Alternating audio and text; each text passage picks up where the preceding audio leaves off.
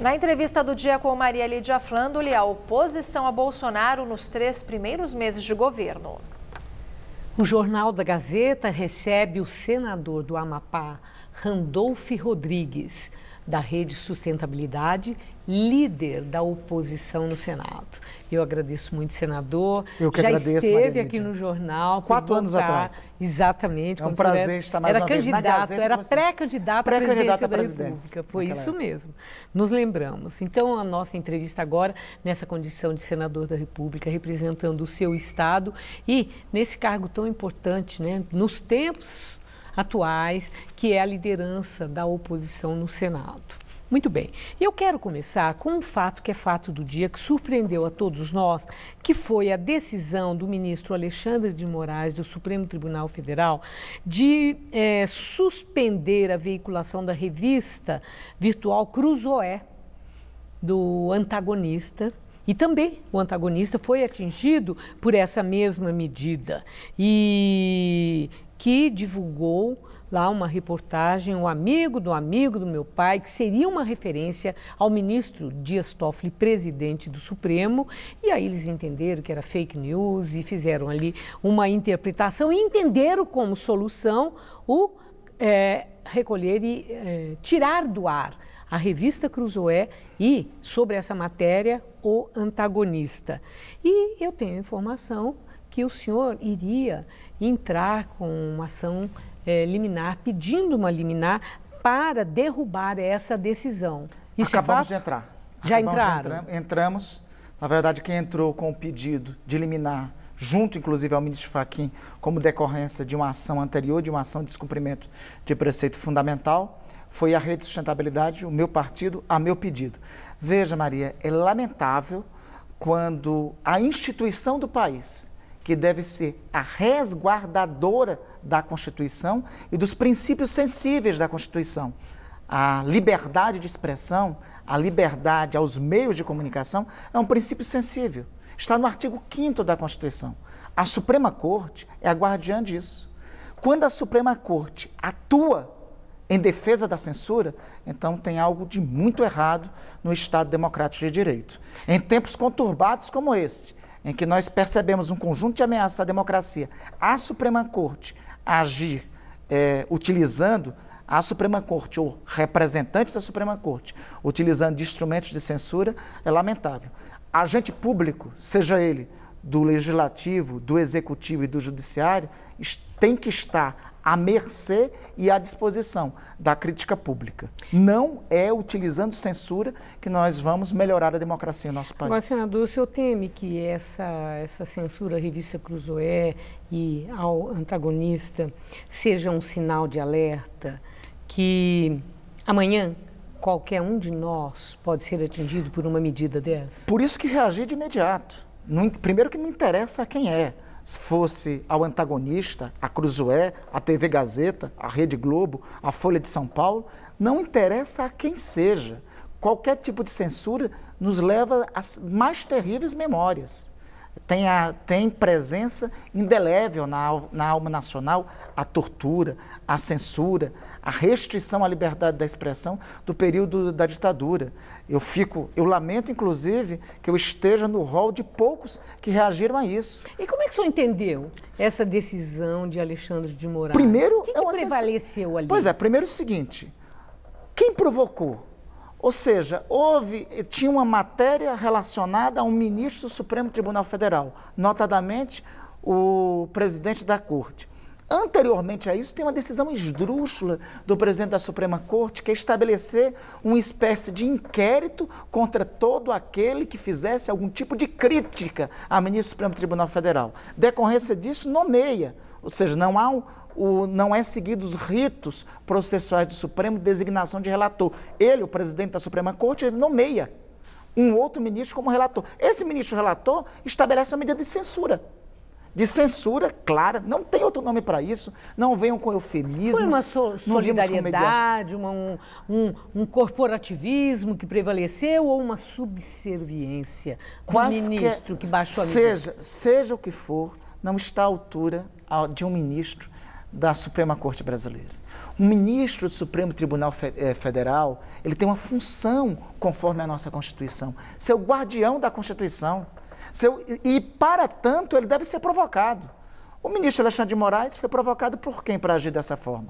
Outra coisa, é com essa mesma presteza que ele age para defender outros quando são vítimas de quaisquer tipo de, abre aspas, calúnias, ou agiu única e exclusivamente em função de um ministro da Suprema Corte. Eu sei que essa é uma decisão lamentável, não é aceitável esse tipo de medida, principalmente contra a liberdade de expressão e principalmente contra a imprensa. Uma das características do Estado de Direito, que não é de agora, é desde a sua fundação nas constituições democráticas burguesas, é desde a Revolução Americana, que a liberdade de imprensa é um princípio sensível. E isso traz as piores lembranças, e por isso tem que ser repudiada, tem que ser refutada, e precisa da solidariedade, não somente de toda a imprensa, mas de todos os agentes públicos. Eu espero, quanto antes, que o próprio Supremo Tribunal Federal restaure a ordem democrática com o pedido de liminar que lá interpusemos. Bom, vamos agora para o Senado. Perfeito. E o senhor sempre teve uma atuação de destaque no exercício da oposição. Lá na casa, em relação a seus contrários na política. Eu, por sinal, eu ouvi referências à sua capacidade de conversar, para a busca do entendimento, e achei muito interessante isso, né? Em tempos de polarização na política, em tempos assim de ânimos muito exacerbados por qualquer coisa. De radicalização, né? De radicalização. Então, a conciliação passa a ser algo muito desejável, sempre, principalmente... Lídia, eu comecei, assim, eu recebi com muita honra a designação dos meus colegas de bloco parlamentar de liderar o campo da oposição no Senado, e eu inaugurei essa missão com uma consigna: não ser situação automática, nem ser oposição sistemática. Ocorre que são 3 meses de um governo que é o mais atrapalhado da história do país. É um governo que foi eleito sob o signo de retirar a ideologia do governo. E se tornou o governo mais ideológico e mais incompetente da história nesses 3 meses. Veja, é um governo que tem um núcleo central, sensível ao país, que tem o Itamaraty, que é o nosso Ministério das Relações Exteriores, que tem a pasta da educação, que está os problemas mais crônicos do país, e tem a pasta de direitos humanos, que é comandado por um astrólogo lá da Virgínia, dos Estados Unidos, que é a referência, uma espécie de Jim Jones exótico, que dá as orientações lá.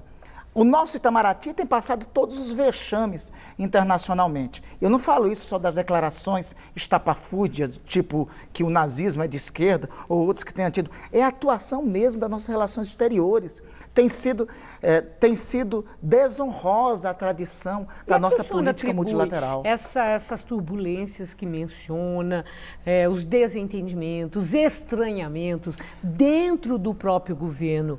O senhor vê uma possibilidade da responsabilidade disso, ter uma ligação, a atuação dos filhos do próprio presidente da República nas questões de governo? Mas eu queria passar por alguns aspectos.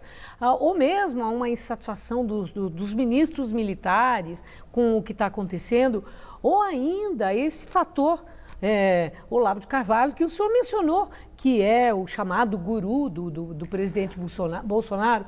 O senhor pontua em algum desses... Não, primeiro, nós temos um presidente que é bravateiro. Alguns temiam que o presidente fosse autoritário. O presidente não tem autoridade política. A autoridade política em uma república democrática emana da Constituição. O presidente não consegue exercer isso. Os filhos playboys da Zona Sul do Rio de Janeiro mandam mais que eles, comandam pastas centrais. Não, o senhor está fazendo oposição agora, né? Não, estou fazendo oposição e eu gostaria de não fazer assim, de não adjetivar a oposição. Inclusive, queremos fazer oposição apresentando propostas, e vamos apresentar propostas. Mas é que é a realidade, veja. Concretamente é a realidade. Tem um grupo de filhos, dizem que isso é nova política, Lídia. O que é que tem de novo nisso daí? É ter filhos dando continuidade ao governo do pai. Filhos exercendo cargos na política e tendo um pai que teve 28 anos de mandato como deputado federal. Isso não tem nada de novo na política. Isso é mais velho que Pedro Álvares Cabral. Isso é o velho patrimonialismo brasileiro. E ocorre que tem um núcleo, realmente, que é dos filhos. Um manda a comunicação do governo, fica atacando todos os opositores do governo, o outro, na prática, exerce nas relações exteriores. Mas no que surpreende que adversários políticos se ataquem? Não, isso aí não surpreende. Então. O que surpreende, e o que é novo na história republicana, é o nível de ataque. E eu acho que não temos que receber a esse tipo de provocação, viu? Eu vi recentemente um líder, um membro da oposição também, rebatendo um desses filhos bravateiros aí, pelos ataques deles. Eu acho que nós não podemos fazer esse tipo de resposta. Eu sou da máxima de um filósofo britânico chamado Mark Twain, não debata com idiota. Você pode se rebaixar ao nível dele e vai perder pela experiência que ele tem naquela área. Eu vi que o senhor usa a máxima de um filósofo. Como é que o senhor entende essa influência do dito filósofo Olavo de Carvalho sobre o presidente da República, sobre a família, os filhos dele, que têm cargos institucionais em diferentes instâncias do poder, foram eleitos, e também sobre vários aliados do próprio presidente. Como é que esse homem tem tanto poder? O que é isso? O mais absurdo que isso, Lidia, é como é que alguém tem tanto poder e dá orientação política ao governo a tantos quilômetros de distância. Então, eu perguntei ao senhor, pouca percepção tem do Brasil, né? Isto, assim, é uma das excentricidades deste governo. Mas veja, eu acho que nós temos que fazer oposição, concretamente, nós devemos cair às provocações de bravata do governo, nós não podemos cair nem nas bravatas dos filhos do presidente, nem nas bravatas do presidente. Por isso que eu reportei a você. Eu lamento quando alguém da oposição tenta fazer bate-boca com eles. Nós não podemos cair nas provocações de redes sociais. Nós temos, lamentavelmente, na história republicana, um presidente da República bravateiro que vive de agitar tropa de rede social. Ponto. Se nós nos igualarmos a isso, nós acabaremos no mesmo jogo deles. Nós temos que fazer diferente disso. O senhor não tem interlocução política nas redes sociais? Tenho. Mas eu não me pauto, eu não sou presidente da República, eu não me pauto por isso. Mas é senador da República. Exato, mas eu não sou presidente da República, eu não me pauto por isso, eu não me pauto pelas provocações dos filhos do presidente. Eu acho que a gente tem que debater e dialogar com as propostas que o presidente apresenta. E tem que fazer a crítica como oposição aos erros que o governo tem cometido. E deixa eu dar um exemplo concretamente. Nós temos que apresentar uma proposta alternativa à reforma da Previdência que eles estão apresentando, que é uma reforma da Previdência que não combate privilégios. Ao contrário, é uma reforma da Previdência que fortalece privilégios e tira direitos dos mais pobres. Nós temos que perguntar para o governo, concretamente, qual é a resposta para o déficit educacional que nós temos. Tem um ministro da Educação que passou por aí, que foi dito como um olavista fake. Assumiu um novo ministro da Educação nessa pasta. Eu não quero adjetivar, mas é inevitável fazer essa caracterização, porque eles mesmos assim se caracterizam. E não apresentou um dado concreto para superar os desafios da educação brasileira. Bom, pelo vigor das suas palavras, pela clareza com que o senhor expressa a sua posição contrária à política do governo Bolsonaro e aos aliados e a atuação deles na interlocução política, aquela polarização da campanha eleitoral ainda prevalece? Não. E é o que dificulta a interlocução política que possa resultar algo construtivo? Eu repito, eu iniciei essa função de líder da oposição à disposição para o diálogo. É o governo que é avesso a qualquer tipo de diálogo. Nós temos diálogo com parte de agendas, de temas que o governo pode propor. Por exemplo, eu queria debater e apoiar o pacote anticorrupção apresentado pelo ministro Sérgio Moro. Só que houve um erro na condução do próprio governo. Apresentou um pacote anticorrupção junto com o pacote anticrime, com medidas extremamente polêmicas, como o excludente de ilicitude. Se o excludente de ilicitude, como está lá no pacote do ministro Sérgio Moro, estivesse valendo hoje, o que ocorreu recentemente no Rio de Janeiro com a família do músico, ele não teria possibilidade alguma de imputabilidade. Então, essa é uma agenda, a agenda, por exemplo, do combate à corrupção, a agenda da criminalização do Caixa 2, é uma agenda que nós estamos à disposição de debater, que nós queremos apoiar. O que ocorre é que foram 100 dias de um governo que não deu resposta concreta aos problemas do país, e não sou eu que estou dizendo isso, Lídia. São os dados do próprio mercado. Bom, foi rebaixado 3 vezes o vice-presidente da República. Foi no recebido esforço por de dialogar. ele. Pois é, e aí, resultou o que essa visita? Com o vice-presidente da República, eu tive um ótimo diálogo sobre questões republicanas, sobre questões que nós queremos contribuir, como, por exemplo, o pacote de combate à corrupção. Foi respeitoso? Ele foi respeitoso com a oposição? Com o líder da oposição? O vice-presidente da República, eu não tenho que reclamar a possibilidade de estabelecimento de diálogo, que ele tem a mão estendida para o diálogo que tem tentado. Ocorre que ele tem sido secundarizado no governo, né? Veja, os militares acabaram de serem... Bom, mas um vice-presidente... Não, mas eles têm sido desautorizados. É secundarizado, como o senhor disse. É secundarizado, né? mas... Ele está esperando a vaga, né? Eu acho assim, o vice-presidente, nos regimes constitucionais, tem um papel mais protagonista que este. E alguém, como o atual vice-presidente da República, poderia ter. O que ocorre é que, concretamente, né,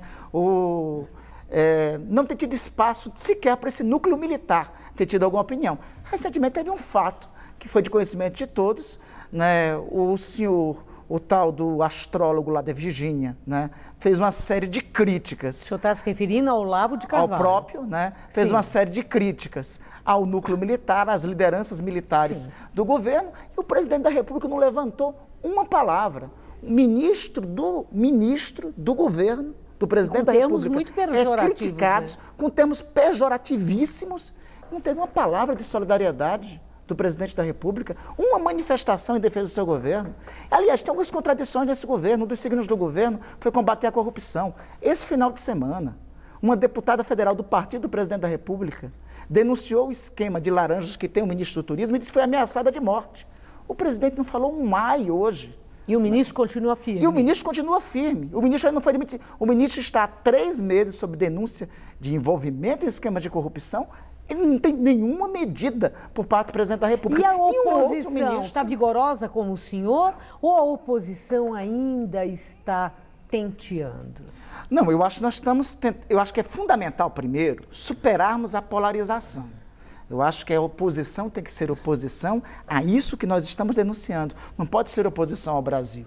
Eu acho que nós temos um déficit fiscal gravíssimo no país e nós temos que enfrentar esse déficit fiscal, só que temos que debater quem vai pagar a conta desse déficit fiscal. Não pode ser o trabalhador rural que começa a trabalhar com 13 anos de idade nas regiões mais inóspitas desse país, ter sua idade de aposentadoria prolongada. Não pode ser os mais miseráveis desse país, os deficientes físicos, que recebem um benefício para são continuados com 65 anos e terem a extinção disso, porque prorrogar isso para 70 anos é, na prática, extingui-lo. Então, déficit fiscal existe e a oposição quer apresentar uma proposta alternativa a essa, que o governo está apresentando. Senador Randolfo Rodrigues, muito obrigado. Eu que agradeço, Lídia. É sempre um prazer estar aqui com você e a Gazeta. Ter vindo aqui ao Jornal da Gazeta, pelos seus esclarecimentos sobre a sua missão na liderança da oposição e seus pontos de vista. Eu que agradeço. Boa noite, muito obrigado. Boa noite. Laerte.